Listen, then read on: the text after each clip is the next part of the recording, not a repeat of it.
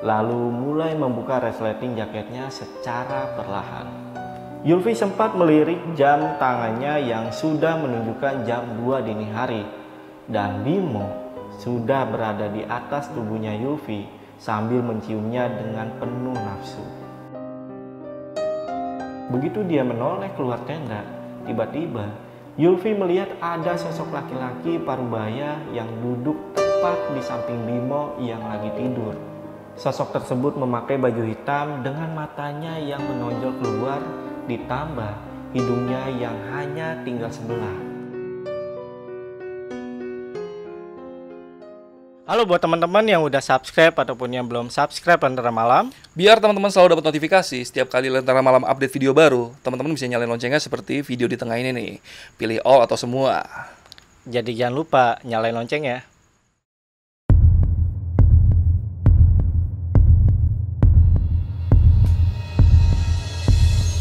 Halo semuanya, kembali lagi di Lentera Malam bareng gue Jamal. Dan di segmen cerita horor kali ini gue akan membawakan sebuah kisah yang sudah ditulis oleh akun Twitter Lakon Story. Nah, untuk kalian yang penasaran sama versi tulisannya, kalian bisa klik link yang ada di bawah. Nanti gue taruh di situ. Kali ini kita akan membahas pengalaman mistis yang dialami oleh pendaki wanita pada saat dia mendaki gunung untuk pertama kalinya. Dan bukan hanya pengalaman mistis saja yang dialami, tapi ada satu kejadian yang sangat tidak menyenangkan sampai membuat dia trauma. Dan untuk menghargai privasi narasumber kali ini, semua nama tokoh disamarkan dan nama gunungnya tidak bisa disebutkan. Oke, biar nggak makin penasaran dan tanpa basa-basi lagi, cerita horor dimulai.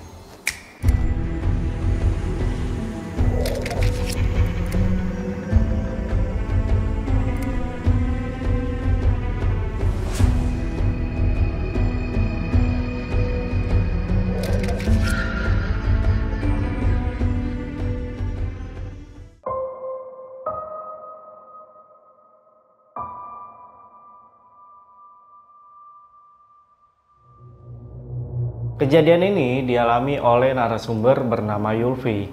Pada saat mengalami kejadian ini, Yulfi masih berumur 20 tahun. Yulfi mempunyai seorang kakak yang bernama John. Dan John ini diketahui mempunyai hobi mendaki gunung. Nah, berawal dari rasa penasaran tentang bagaimana rasanya mendaki gunung, Yulfi akhirnya memutuskan untuk mencoba ikut kakaknya mendaki gunung. Karena dia ingin merasakan bagaimana sebenarnya rasanya mendaki gunung. Dan di suatu pagi, Yulfi dan kakaknya akhirnya berangkat mendaki ke gunung yang ada di desanya. Meskipun sebenarnya gunung ini tidak terlalu tinggi, namun menurut pengalaman kakaknya, gunung ini adalah gunung yang sangat cocok dengan Yulfi, mengingat ini adalah pendakian pertama Yulfi. Nah, kakaknya Yulfi ini juga mengajak temannya yang bernama Bimo. Dan si Bimo ternyata juga baru pertama kalinya mendaki gunung. Singkat cerita, setelah semua persiapan sudah selesai, akhirnya di pagi itu, Yulfi dan kakaknya berangkat menuju pos registrasi yang memang letaknya nggak jauh dari desanya. Dan sesampainya di pos registrasi, mereka sudah ditunggu oleh Bimo yang rupanya sudah duluan sampai di pos registrasi. Dan setelah melakukan obrolan kecil bersama Bimo, selanjutnya mereka bertiga menyelesaikan proses pendaftaran atau registrasi. Setelah itu mereka pun memulai pendakian.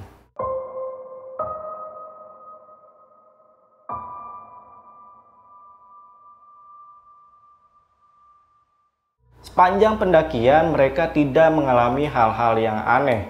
Mereka menikmati udara sejuk dan juga pemandangan yang terlihat sangat menakjubkan di gunung tersebut. Dan setelah perjalanan kurang lebih 4-5 jam, akhirnya mereka sampai di puncak gunung. Dan di siang itu, suasana di puncak gunung sangat sepi. Karena kebetulan hari itu bukanlah hari libur. Dan memang waktu itu juga di gunung tersebut lagi memasuki musim hujan. Akhirnya mereka bertiga mendirikan tenda dan mereka hanya membawa satu tenda. Karena bisa dikatakan pendakian saat itu adalah pendakian yang mendadak. Jadi baik Bimo dan juga kakaknya Yulfi tidak sempat membawa satu tenda lagi. Dan setelah tenda berdiri, mereka duduk bertiga di depan tenda sambil membuat secangkir kopi dan menikmati pemandangan puncak gunung.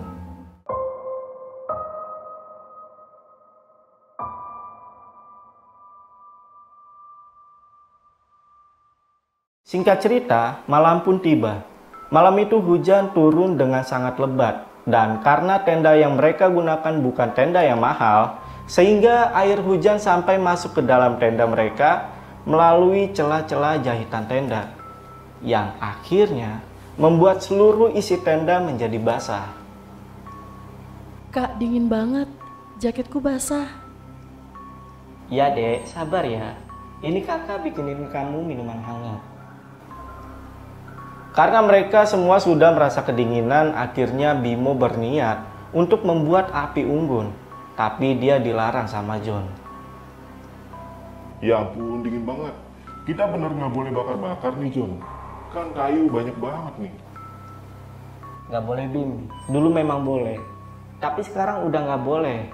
Karena pohon di sini semakin lama semakin habis. Kalau kita bakar-bakar, besok pagi kalau ketahuan orang basecamp, kita bisa didenda. Orang basecamp tiap pagi ke puncak sini, Bim. Ngecek keadaan puncak. Tapi entah apa yang di dalam pikiran Bimo. Malam itu Bimo tetap bersikukuh keluar dan terlihat mengumpulkan kayu yang akan dia bakar untuk menghangatkan tubuhnya. Tapi usahanya sia-sia. Karena nyatanya hingga tengah malam api yang diharapkan tidak kunjung menyala. Karena kayu yang memang masih basah ditambah hujan yang tidak kunjung reda. Jadi mustahil jika apinya bisa menyala. Dan setelah beberapa lama berusaha, akhirnya Bimo menyerah dan kembali masuk ke dalam tenda dengan tubuhnya yang terlihat gemetar karena kedinginan. Waktu menunjukkan jam 1 dini hari, Yulfi ngerasa sangat kedinginan. Sampai seluruh tubuhnya semakin lama semakin tidak bisa digerakkan. Seluruh badannya menjadi sakit, seperti ditusuk-tusuk oleh jarum. Meskipun hujan sudah reda, namun seluruh bagian tenda mereka masih basah, ditambah dengan angin yang terus berhembus kencang. Dan puncaknya, Yulfi sudah tidak kuat lagi menahan semuanya. Hingga telinganya sudah tidak bisa lagi mendengar dengan jelas. Ditambah, pandangannya semakin lama semakin kabur. Dan akhirnya, Yulfi terkapar dengan terus merasakan sakit di sekujur tubuhnya. Kemudian Yulfi dipeluk oleh kakaknya sambil ditampar-tampar kecil supaya dia tetap dalam keadaan sadar. Sarung dan jaket kakaknya sudah dibalutkan ke tubuhnya Yulfi. Tapi nyatanya kondisi Yulfi malah semakin buruk. Yulfi hampir kehilangan kesadaran disertai badannya yang tidak berhenti bergetar. Nah, di tengah keadaan setengah sadarnya, Yulfi masih sempat nih mendengar perdebatan kakaknya dengan Bimo mengenai keadaannya. Gimana ini, John? Di sini sepi banget. Apa kita turun aja sekarang? Adik lu udah semakin parah. Gimana kalau gua aja yang turun? Sepertinya kalau gua yang turun bakal cepet sampai di pos dan minta bantuan. Mungkin 3 jam udah sampai di bawah. Kalau lu yang turun, yang ada lu malah nyasar. Mending lu di sini jagain adik gua. Dan akhirnya kakaknya memutuskan untuk turun seorang diri mencari bantuan ke pos registrasi. Malam itu Yulfi memang sudah tidak kuat lagi bangun. Jangankan bergerak, membuka mulut untuk berbicara saja rasanya Yulfi sudah tidak sanggup. Namun ternyata semua penderitaannya malah dimanfaatkan oleh Bimo untuk berbuat hal yang sangat tidak bisa dimaafkan.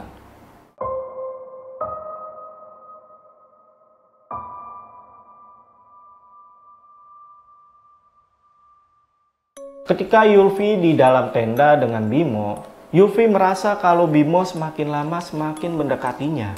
Tiba-tiba, dia merasakan kalau tubuhnya ini sudah dipeluk erat oleh Bimo. Kakak peluk ya, Vi. Yulfi merasa risih, tapi Yulfi berusaha berpikir positif. kalau Bimo hanya berniat untuk membantunya yang sedang kedinginan.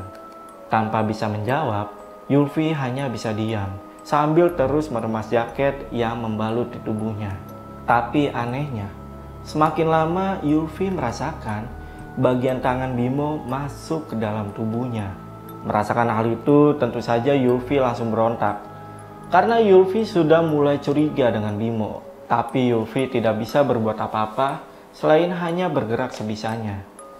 Karena saat itu kondisi Yulvi masih lemah. Dia merasakan jika pelukan Bimo semakin lama terasa semakin kuat. Dan tidak lama setelah itu, dia mulai merasakan jika tangan si Bimo ternyata sudah masuk ke dalam jaketnya.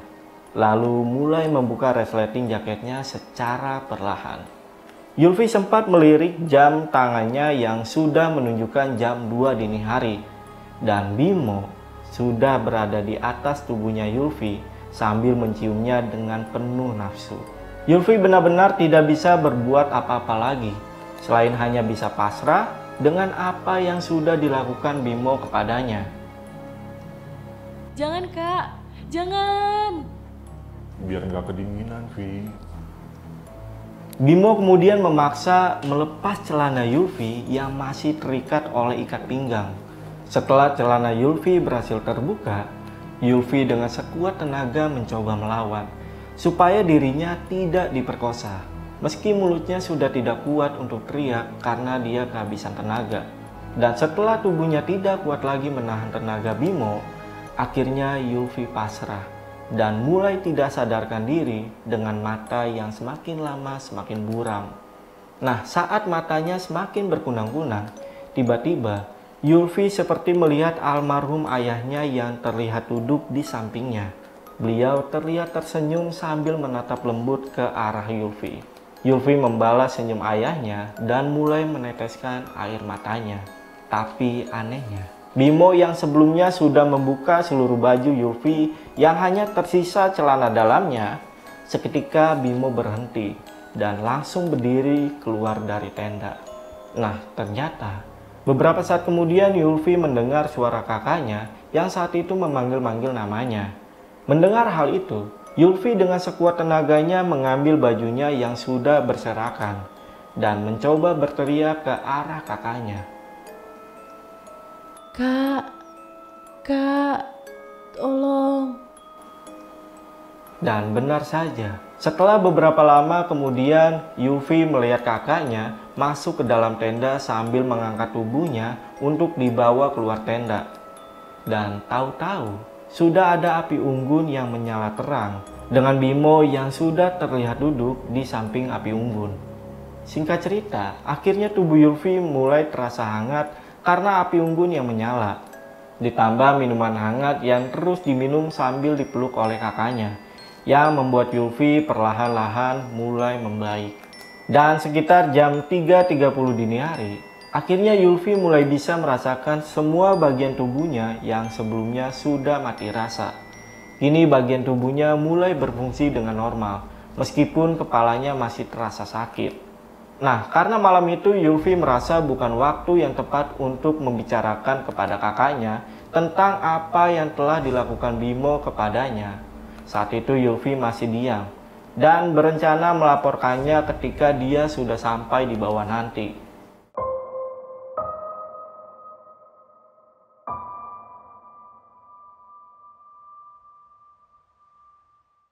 Akhirnya mereka bertiga hanya diam sambil mendekatkan tubuh mereka ke api unggun. Tapi setelah beberapa saat kemudian, Yulvi melihat Bimo sudah ketiduran di tempat dia menghangatkan tubuhnya. Dan tanpa memperdulikan Bimo, Yulvi terus menghangatkan badannya.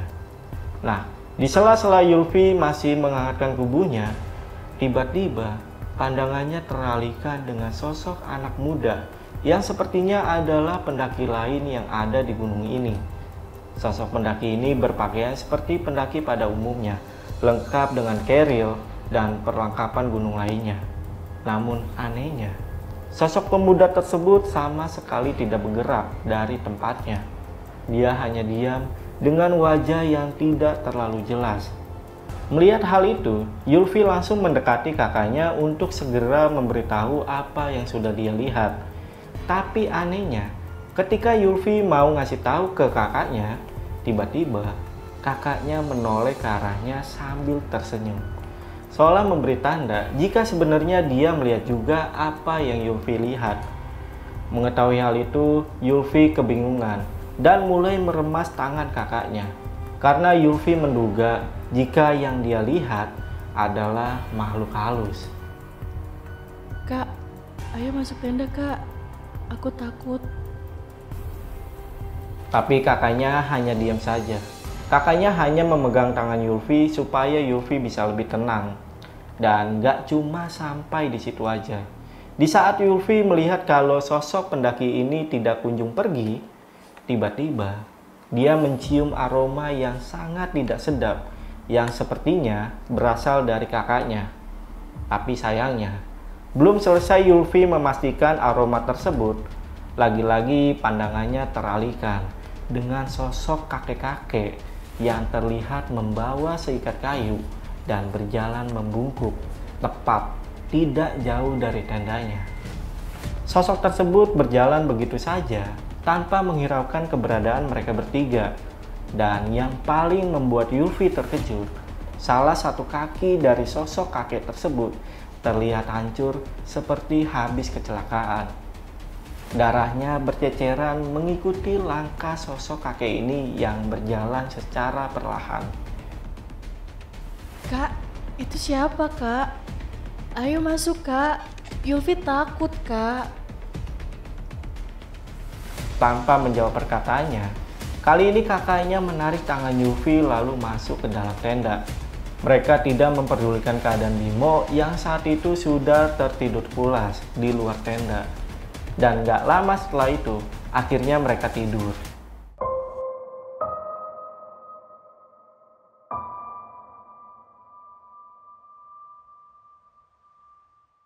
Nah, belum lama Yulfi memejamkan mata, tiba-tiba Yulfi terbangun karena Yulfi mendengar ada suara orang yang sedang bersenandung.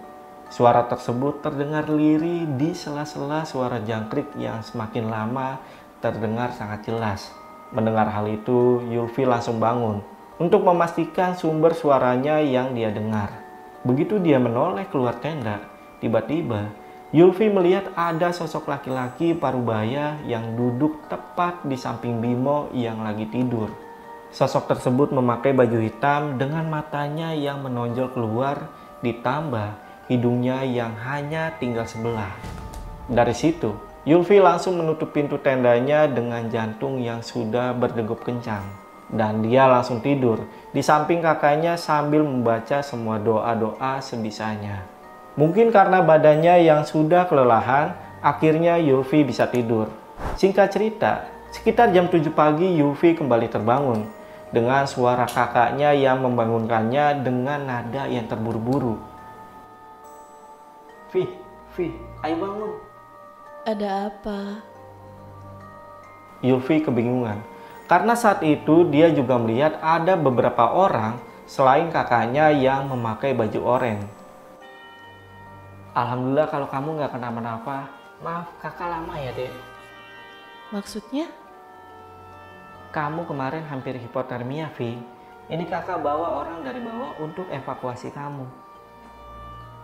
Kakak ini ngomong apa sih? Oh iya, Bimo mana, Vi? Bimo kan kakak tinggal sama kamu juga. Loh, kan kakak biarkan dia tidur di luar. Kan kakak tidur sama Yulfi di dalam tenda. Kamu ini ngomong apa? Kakak kemarin malam turun cari bantuan. Ini baru balik sekarang. Mendengar hal itu, Yulfi terkejut. Lalu siapa yang bersamanya di dalam tenda tadi malam?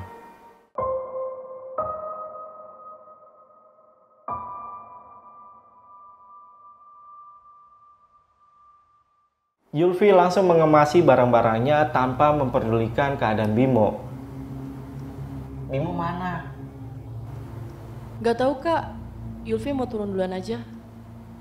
Kakak kalau mau cari Kak Bimo, cari aja. Yulfi mau turun sekarang. Akhirnya Yulfi turun bersama dua bapak petugas base camp. Sementara kakaknya masih sibuk mencari dan berteriak memanggil nama Bimo. Sepanjang perjalanan turun, pikiran Yulvi sudah sangat kacau. Dia benar-benar kebingungan dengan apa yang sebenarnya terjadi kemarin malam. Dan sesampainya di base camp, Yulvi langsung duduk dan beristirahat sambil menunggu kakaknya datang. Hingga akhirnya sekitar jam 5 sore, kakaknya ini sampai di base camp bersama Bimo. Dan tingkah laku Bimo berubah menjadi aneh. Dia terus menggigit-gigit tangannya sambil sesekali tertawa. Dan tidak jarang pula, Bimo menari perlahan sambil melirik ke sana kemari. Dan setelah semuanya diceritakan secara detail oleh Yulvi, seluruh orang yang di base camp terkejut. Mereka tidak menyangka dengan apa yang sudah Yulvi alami malam itu. Singkat cerita, sesampainya di rumah, kakaknya Yulvi tidak lagi memperdulikan keadaan Bimo, yang saat itu dia belum bisa disembuhkan hingga beberapa hari. Yulvi juga sempat beberapa kali didatangi oleh pihak keluarga Bimo untuk dimintai keterangan dan pertanggungjawaban karena mereka menganggap jika kakaknya lah yang awalnya mengajak Bimo untuk mendaki gunung. Namun setelah menceritakan apa yang telah dilakukan Bimo terhadap Yulvi, akhirnya pihak keluarga Bimo terkejut dan meminta maaf kepada Yulvi. Yulvi dan kakaknya juga sempat ingin menuntut Bimo melalui jalur hukum karena tindakannya. Tapi mengingat keadaannya yang sudah tidak memungkinkan lagi, akhirnya mereka semua memutuskan untuk berdamai dan tidak lagi memperdulikan keadaan Bimo. Dan hingga hari ini, Bimo masih belum sepenuhnya sembuh dari perilaku anehnya. Halo buat teman-teman yang udah subscribe ataupun yang belum subscribe Lentera Malam. Biar teman-teman selalu dapat notifikasi setiap kali Lentera Malam update video baru, teman-teman bisa nyalain loncengnya seperti video di tengah ini nih. Pilih all atau semua. Jadi jangan lupa nyalain lonceng ya. Oke, itu tadi cerita untuk video kali ini. Dan karena kejadian tersebut, Yulvi memutuskan untuk tidak lagi naik gunung manapun. Meskipun Yulvi sendiri tidak menyangka jika perjalanan ke gunung sebenarnya adalah perjalanan yang sangat menyenangkan. Tapi dengan adanya pengalaman seperti ini, semoga bisa menjadi pelajaran bagi siapapun agar dapat lebih berhati-hati lagi dalam melakukan perjalanan kemanapun kalian pergi. Yaudah, mungkin untuk video kali ini cukup. Gua Jamal dari Lentera Malam. Bye.